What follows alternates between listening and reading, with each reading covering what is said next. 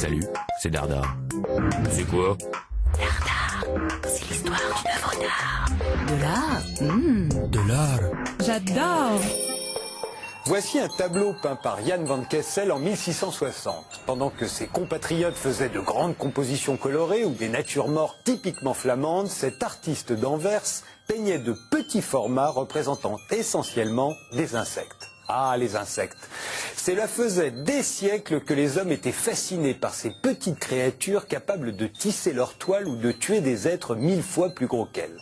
Seul problème, elles étaient si minuscules qu'il était impossible de les étudier. Et puis, au milieu du XVIIe siècle, on inventa le microscope. Cet instrument génial permit soudain de grossir 160 fois ce que l'on observait. Une révolution pour les entomologistes qui découvrirent enfin à quoi ressemblait exactement un pouls ou un ver à soie. Et une aubaine pour Van Kessel, car cette invention décupla le goût de ses contemporains pour les insectes. Les cabinets de curiosité regorgeaient d'insectes vivants, naturalisés ou en peinture. Et elle lui permit de les peindre tels qu'ils étaient. Voyez ceux qui figurent sur ce tableau, que ce soit la mygale, les fourmis ou la menthe religieuse, ils sont tous plus grands que nature. Kessel a lui-même utilisé un microscope.